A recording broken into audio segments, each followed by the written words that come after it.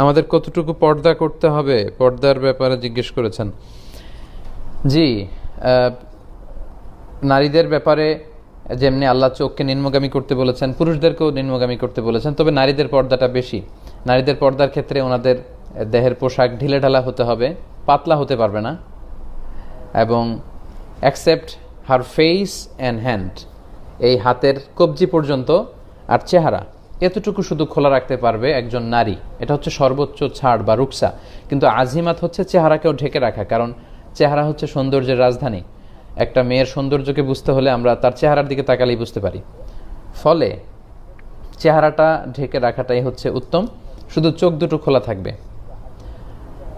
আম্মাজান উম্মু সালামা রাদিয়াল্লাহু তাআলা আনহা, উনি ওনার দুই চোখ খোলা রাখতেন না। উনি বলতেন যে দেখার জন্য তো এক চোখই যথেষ্ট, সো আমি দুই চোখ খোলা রাখবো কেন, আমি একটি চোখ খোলা রাখবো।